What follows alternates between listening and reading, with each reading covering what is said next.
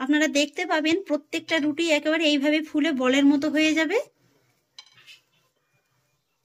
এইভাবে একটু সাইড থেকে চেপে চেপে রুটিগুলোকে খুব ভালোভাবে সেঁকে নিতে হবে।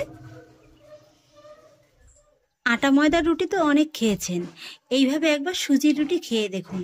কথা দিচ্ছি এর স্বাদ কিন্তু আপনারা জীবনেও ভুলতে পারবেন না। নমস্কার বন্ধুরা, অনুভা রান্নাঘরে আরও একটি নতুন পর্বে সবাইকে স্বাগত জানাচ্ছি। আজকে আমি আপনাদের তৈরি করে দেখাবো নরম তুলতুলে সুজির রুটি। আর সেই জন্য দেখুন বন্ধুরা, আমি একটা কড়াইয়ের ভিতরে এরকম একটা ছোট বাটি মাপ করে নিয়ে নিয়েছি 2 বাটি জল। তার মধ্যে দিয়ে দেবো হাফ টেবিল চামচ লবণ। এবার প্রথমে এই লবণটাকে জলের সঙ্গে খুব ভালোভাবে মিশিয়ে নেব, আর তারপরে মিডিয়াম লো ফ্লেমে জলে একটা হালকা করে বলক তুলে নেব। বন্ধুরা, আমি আজকের এই রেসিপিটার জন্য এরকম একটা ছোট বাটি মাপ করে নিয়েছি। আপনারা কিন্তু আপনাদের সুবিধা মতো যে কোনো কাপ কিংবা বাটি মেপে এই রেসিপিটা করতে পারেন। তবে হ্যাঁ, যাই নেবেন না কেন একটা মেজারমেন্ট মাপ মেপেই কিন্তু আপনারা রেসিপিটা করবেন, তাহলে কিন্তু আপনাদের পরবর্তীতে করতে সুবিধা হবে। জলটা দেখুন খুব সুন্দরভাবে ফুটে গেছে। এবার গ্যাসের ফ্লেমটাকে একেবারে কমিয়ে দেব। আর তারপর যে বাটিটা মেপে আমি জলটা নিয়েছিলাম সেই বাটিরই নিয়ে নিয়েছি দেখুন 1 বাটি সুজি। গ্রামের হিসেব যদি করেন তাহলে এখানে মাত্র 200 গ্রাম সুজি আছে। এবার আমি সুজিটাকে গরম জলের ভিতরে এইভাবে অল্প অল্প করে দেব, আর তারপর খুব ভালোভাবে নেড়েচেড়ে মিশিয়ে নেব। আর এই পুরো কাজটাই কিন্তু আপনাদের গ্যাসের ফ্লেমটাকে একেবারে লোতে রেখেই করে নিতে হবে। যেহেতু সুজি তাই কিন্তু খুব তাড়াতাড়ি জলটা টেনে নেয়, তাই কিন্তু একেবারে লো রেখেই সুজিটাকে খুব ভালোভাবে রান্না করে নিতে হবে, তা নাহলে কিন্তু সুজিটা কাঁচা থেকে যাবে। প্রায় 5 থেকে 7 মিনিটের মতো সময় নিয়ে আমি সুজিটাকে খুব সুন্দর করে রান্না করে নিয়েছি। এই যে দেখুন বন্ধুরা, সুজিটা কিন্তু একটা জায়গায় জড়ো হতে শুরু করে দিয়েছে। এইভাবে কিন্তু সুজিটাকে খুব ভালোভাবে রান্না করে নিতে হবে। আর এই ডোটা কিন্তু খুব বেশি একেবারে শক্তও হবে না, আবার একেবারে কিন্তু নরমও হবে না। তাই আমি আপনাদের ঠিক যতটা পরিমাণে জলের মাপটা দেখিয়ে দিয়েছি, ঠিক সেই মাপটা আপনারা ফলো করবেন, তাহলে কিন্তু পারফেক্টভাবে ডোটা আপনারা তৈরি করে নিতে পারবেন। আপনাদের একবার হাত দিয়ে দেখিয়ে দিচ্ছি। এই যে দেখুন, ডোটা কিন্তু ঠিক এইভাবে একদম রেডি করে নিতে হবে। এবার আমি সুজির এই ডোটাকে অন্য একটি জায়গায় নামিয়ে নেব।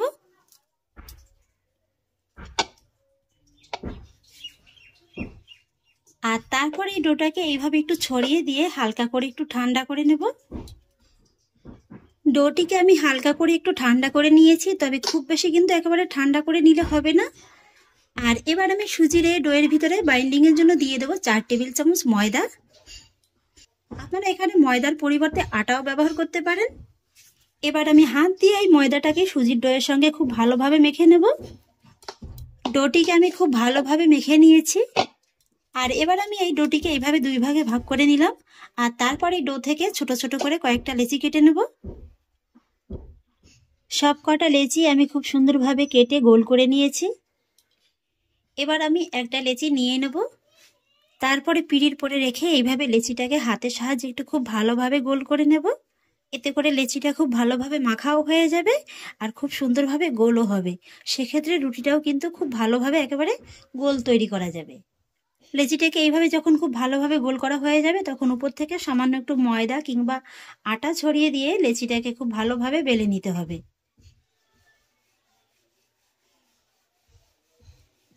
তবে খুব বেশি কিন্তু জোরে জোরে চেপে বেলা যাবে না, যেহেতু সুজি দিয়ে তৈরি করা।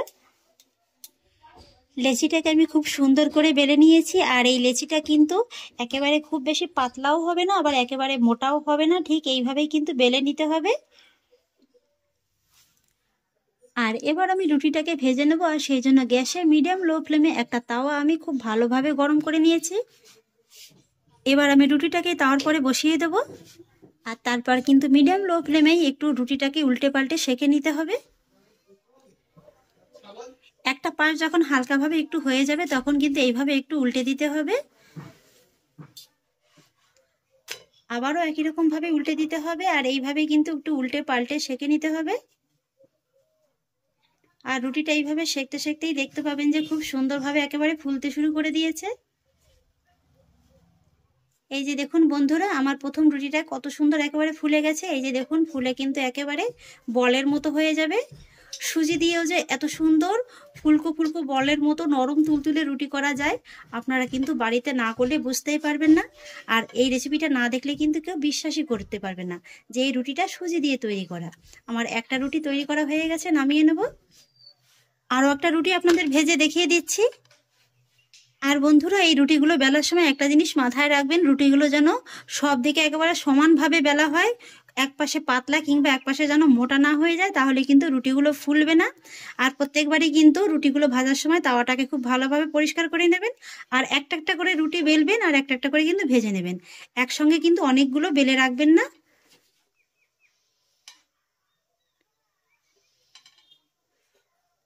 আপনারা দেখতে পাবেন প্রত্যেকটা রুটি একেবারে এইভাবে ফুলে বলের মতো হয়ে যাবে।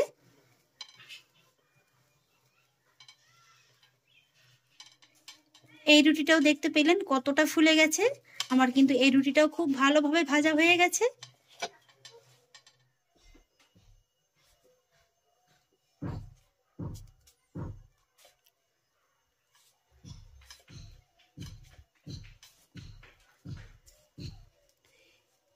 একই রকম ভাবে দেখুন বন্ধুরা, আমি আরও একটি রুটি ভেজে নিলাম।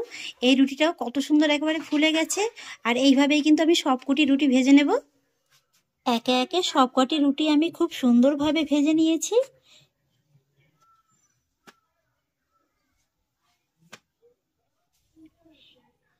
এই রুটিগুলো এতটাই নরম তুলতুলে আর সফট হয় যে আপনারা যদি সবকটা রুটিও একসঙ্গে ধরে ভাজ করে নেন না, তাহলেও দেখবেন যে সবকটা রুটি একেবারে একসঙ্গে ভাজ হয়ে গেছে।